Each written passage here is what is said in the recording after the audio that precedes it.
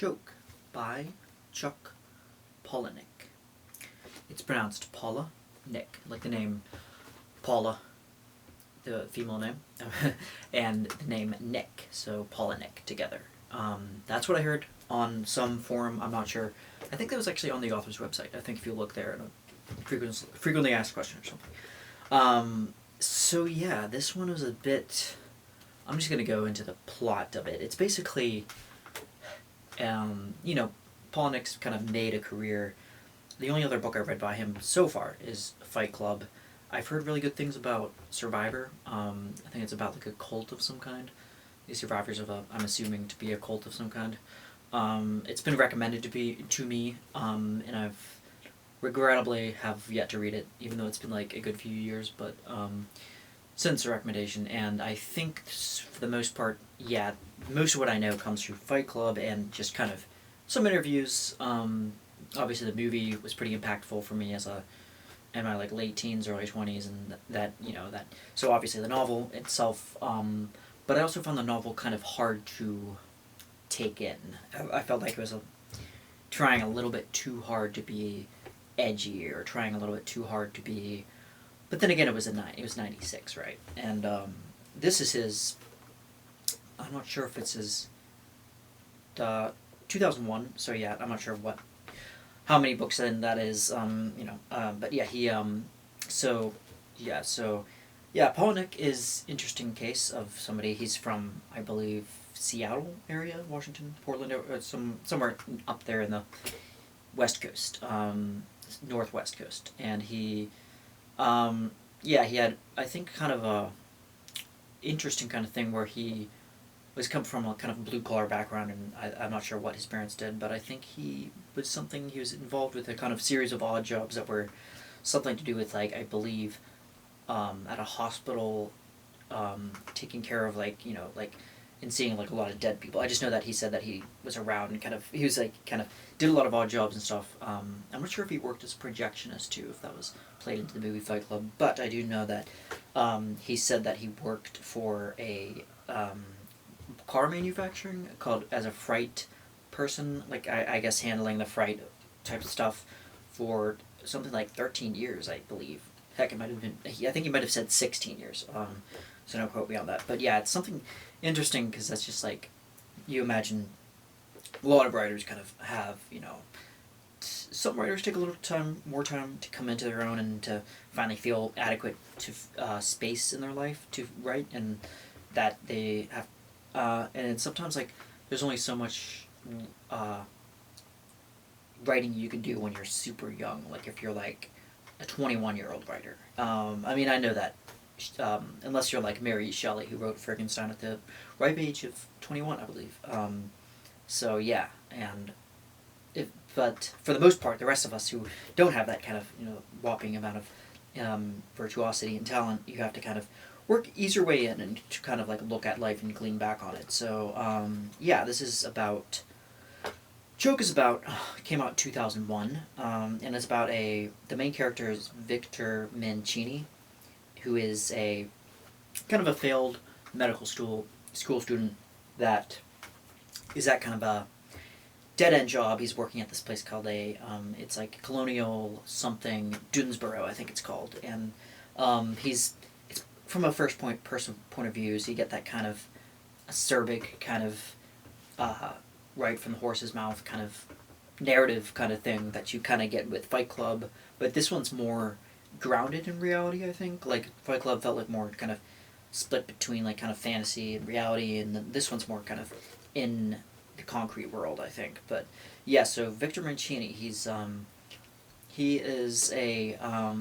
working for this low-end job with his friend, and another thing that's central to the storyline is the sex addiction that he struggles with. So he's a very kind of, he feels himself to be kind of a lost cause in it, and he's kind of like going to these sex addiction meetings, and he's trying to kind of drum up or trying to find, and this kind of reminded me too of the narrator too from Fight Club too, with a like insomniac, like he would go to these different things for to cure his insomnia, and that's kind of like I see this kind of thing where I think Palahniuk actually went to sex addicts meetings as well to kind of study up on these and just kind of see these people's all these different stories of like the kind of stuff that you hear only in maybe like 1990 something onward, where people like where porn has become so addictive and people and but for them too, it's like this has the addiction has gotten out of control where people are known kind of notorious for putting things like using toasters or like using stuff to like to kind of any kind of taboo thing to like kind of the barrier to kind of up the envelope ante.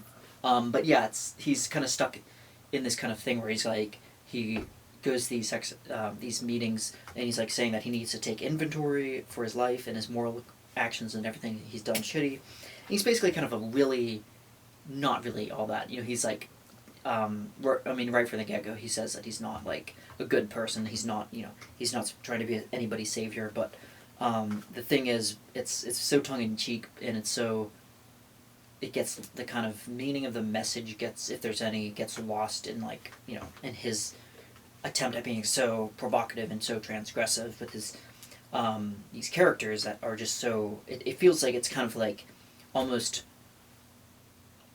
obscene for its own sake, and there's not really any redeeming value in Victor's character arc. Like he seems to just kind of not walk away with anything. So he has a mother that's in the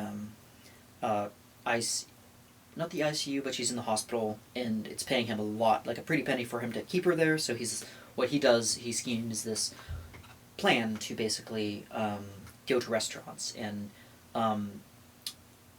basically pretend to choke so that other patrons will see him doing that, try to come to his thing, and he goes to these wealthy restaurants where he'll obviously be with a bunch of kind of filthy rich people, and then they will save him, and then he'll feel like he'll kind of lean into that thing of like choking on stuff, and he's perfected it so much that it's like almost like an art, and that's probably the only funny actual part where I was actually laughing at the novel, was this part where he does this. I think this is the drawing point. This is when I saw, I heard about the movie, I think, with Sam Rockwell. I didn't see it yet, but it's Sam Rockwell and like Kelly MacDonald, and I think Angelica Houston plays his mother.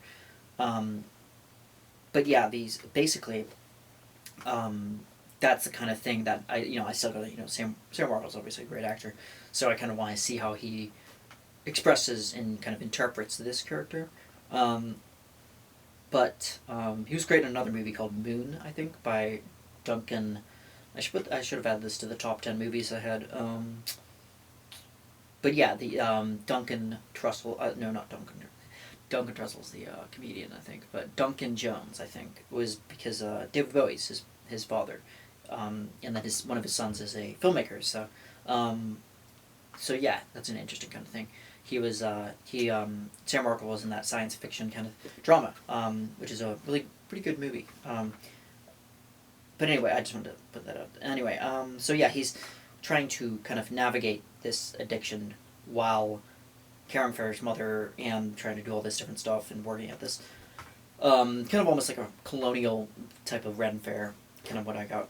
And it's kind of a demeaning job where he's like, he has to be like, the punishment, you have to like talk in like very just kind of almost a derogatory way of like, you have to like not use anything that's prior to like 1600 or post 1600 something or other.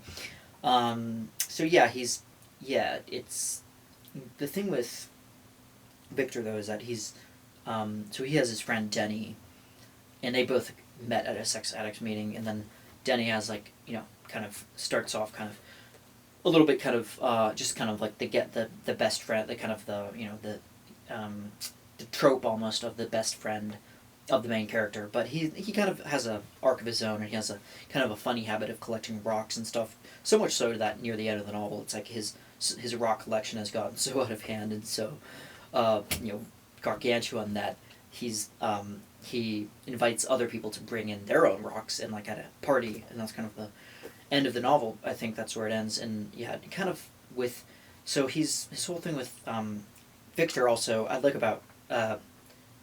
I like about the character is that Palahniuk didn't necessarily just write him to be just to come out of nowhere with no motivation or incentive for why he's acting the way he does, but he actually establishes pretty early on, right off the bat in the novel, his mother, Ida Mancini, has basically kind of verbally kind of manipulated, not just verbally, but kind of not physically. Not she didn't beat him or anything, but like in a very manipulative way of trying to control him, and she had like kind of symptoms of dementia, really early onset dementia. So she's like very paranoid about like other people, and like very skeptical and suspicious of everything that the world, like the education system. She's constantly like kind of like taking her son out of school, and like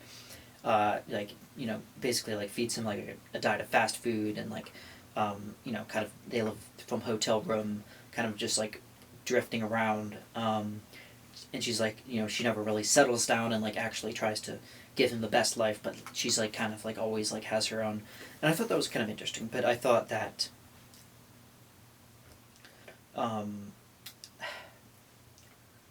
just wasn't kind of enough to warrant the.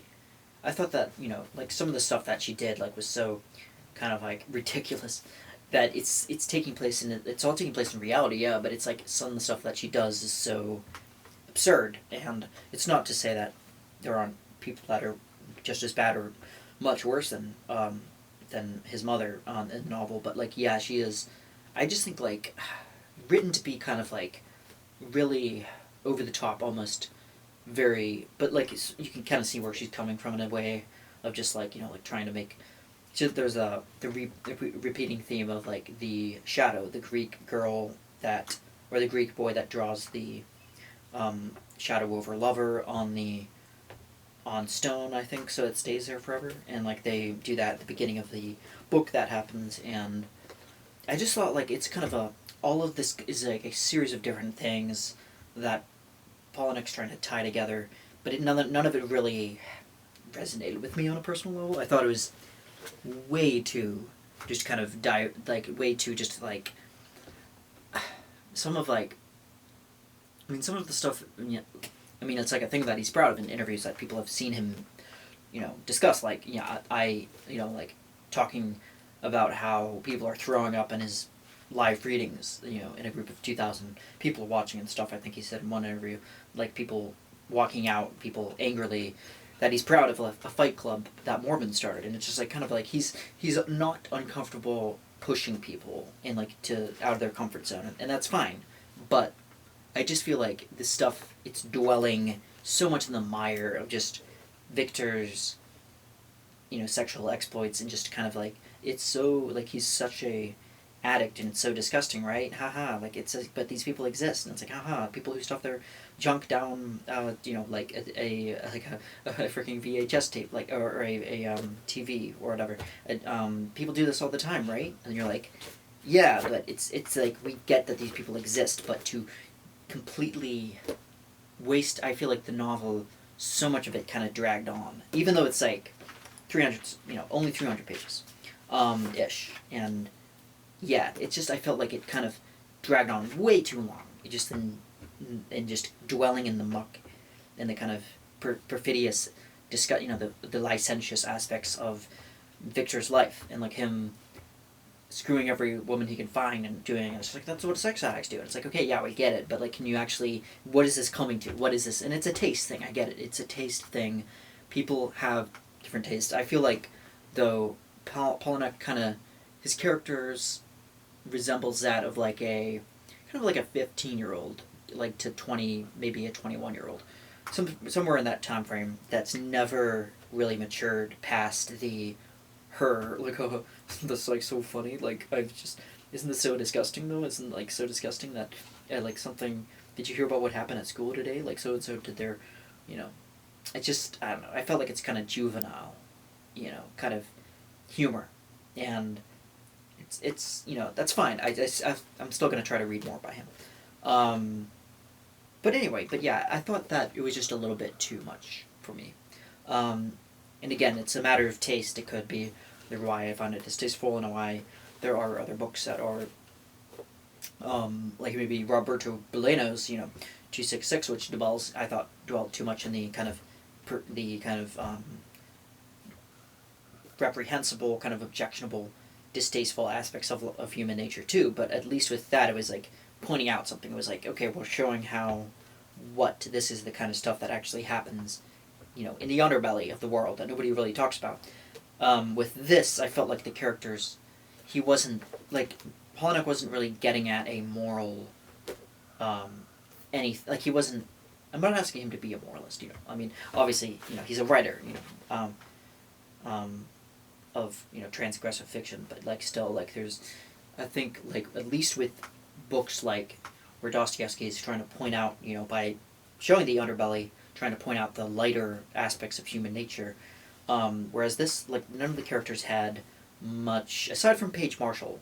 She was interesting, the doctor character for his mother. That's like a caretaker to her mother. That's trying to kind of the only person that he doesn't want to actually sleep with. Not because he's not attracted to her, because Victor finds her to be like he likes her too much and respects her too much to actually do that. So there's that kind of cliched but kind of pervasive trope of that, which I thought was decently employed enough, but I thought was like none of aside from her, I don't think many of the characters were made to be very likable. But yeah, that's just kind of my 2 cents. So, anyway, so that's all I have for Choke. But yeah, I mean, read it for yourself. Obviously, decide for yourself. I'm not trying to I'm not trying to arbitrate like this absolute statement of this is trash or trying to say anything like that. I mean, it could be what's. I'll resort to my cliche myself. I mean, one person's trash is another one's treasure. So I mean, I didn't think it was trash. I just thought it was a little bit too much. A little unbearable. But what are you going to do? Anyway. And thanks for watching. I thought I was going to record. I don't know. Okay, cool.